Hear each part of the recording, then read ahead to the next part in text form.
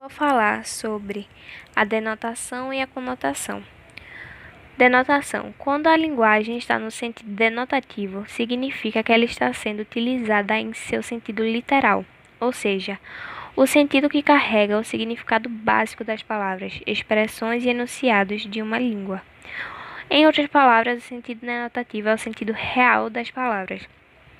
De maneira geral, o sentido denotativo é utilizado na produção de textos que tenham função referencial, cujo objetivo é transmitir informações, argumentar, orientar a respeito de diversos assuntos, como é o caso da reportagem editorial, artigo de opinião, resenha, artigo científico, memorando, receitas, manuais de instrução, bulas e remédios, entre outros. Nesses gêneros discursivos textuais, as palavras são utilizadas para fazer referências e conceitos, fatos, ações em seu sentido literal.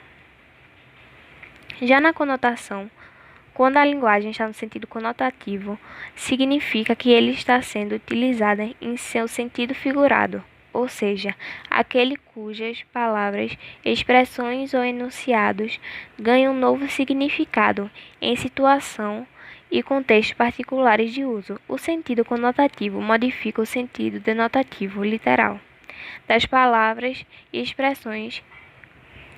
De maneira geral, é possível encontrarmos o uso da linguagem conotativa nos gêneros discursivos textuais primários, ou seja, nos diálogos informais do cotidiano.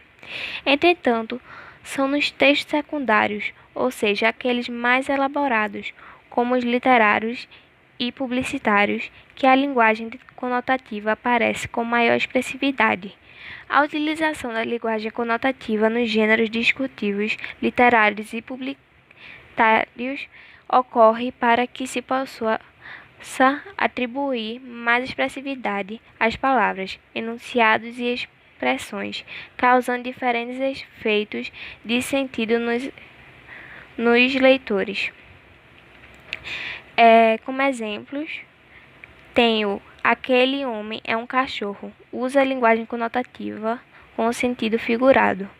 E o 2 é o cachorro da vizinha fugiu essa manhã. Se usa a linguagem denotativa e o sentido próprio.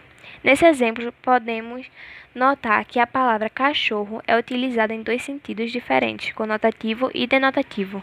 Na primeira frase, o termo refere-se ao caráter do homem, cachorro, uma linguagem conotativa que indica que o homem é mulherengo ou infiel. Na segunda frase, o termo está empregado na forma denotativa, ou seja, no sentido real e original da palavra cachorro, animal doméstico.